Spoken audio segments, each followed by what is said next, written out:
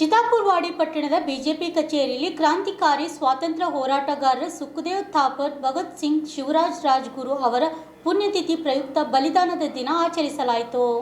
BJP ಅಧ್ಯಕ್ಷ ವೀರಣ್ಣ ಯಾರಿ ಅವರು ಮಾತನಾಡಿ, ದೇಶದ ಸ್ವಾತಂತ್ರ್ಯಕ್ಕಾಗಿ ಸ್ವಾಭಿಮಾನದಿಂದ ಸಾವಿನ ಕುಣಿಕೆ ಏರಿದ ಕೆಚ್ಚೆದೆಯ ವೀರರಾದ ಭಗತ್ ಸಿಂಗ್, ರಾಜ್ಗುರು ಹಾಗೂ ಸುಖದೇವ್ ಅವರು ಬ್ರಿಟಿಷರಿಗೆ ಸಿಂಹ ಸ್ವಪ್ನರಾಗಿದ್ದರು. ಇವರು ಹೇಗಾದರೂ ಸೇರಿ ಬ್ರಿಟಿಷರನ್ನು ನಮ್ಮ ದೇಶದಿಂದ ಓಡಿಸಬೇಕೆಂದು ಕ್ರಾಂತಿಕಾರಿ ಹೋರಾಟ ಮಾಡುತ್ತಿದ್ದರು. 1929ರಲ್ಲಿ ಸೆಂಟ್ರಲ್ ಲೆಜಿಸ್ಲೇಟಿವ್ ಅಸೆಂಬ್ಲಿ ಮೇಲೆ ಬಾಂಬ್ ದಾಳಿ ಮಾಡಿದರು. ಈ ಕಾರಣಕ್ಕೆ ಅವರನ್ನು ಬಂಧಿಸಿ ಮರಣದಂಡನೆ ಶಿಕ್ಷೆ ನೀಡಲಾಯಿತು. ಇಂತಹ ಮಹಾನ್ ಆದರ್ಶವಂತರ ತಾಯ್ನಾಡಿನಲ್ಲಿರುವ ನಾವು ಅವರ ಆಶಯದಂತೆ ಭವ್ಯ ಭಾರತ ಹಿರಿಮೆಯನ್ನು ಸಾರೋಣ ಎಂದರು. ಅಣ್ಣರಾಯ್ ವಿವಣಿ, RJ32 ಕನ್ನಡ ನ್ಯೂಸ್, ಚಿತ್ತಾಪುರ.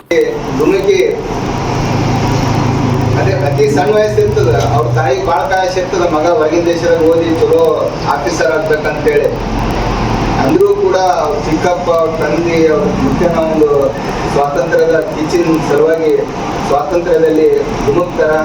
ಸಣ್ಣ ವಯಸ್ಸಿನಾಗೆ 23 ವಯಸ್ಸಿನಲ್ಲೇ ಅವರು ಒಂದು ಬ್ರಿಟಿಷ್ ಸಂಸತ್ತಿನಲ್ಲಿ ಹುಸಿ ಬಾಂಬ್ ಹಾಕೋದ್ರ ಮೂಲಕ ಜೈಲು ಸೇರ್ತಾರೆ.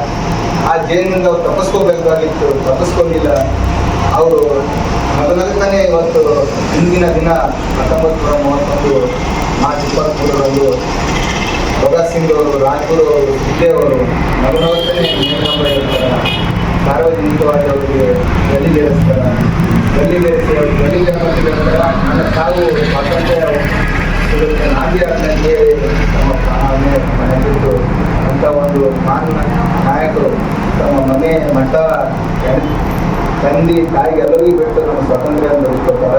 ಅಂಥ ಒಂದು ಸ್ವಾತಂತ್ರ್ಯ ಹೋರಾಟದ ಸ್ಫೂರ್ತಿ, ಅವರ ಒಂದು ತತ್ವ ಆದರ್ಶ ನಾವೆಲ್ಲರೂ ಮೇಲಿರಿಸಿಕೊಂಡು ಅಂಥ ಒಂದು ಪುಣ್ಯಾತ್ಮರ ಒಂದು ಶೈಲಿ ವ್ಯವಸ್ಥೆಯಲ್ಲಿ ನಾವೆಲ್ಲರೂ ಭಾಗಿಯಾಗಿದ್ದೇವೆ.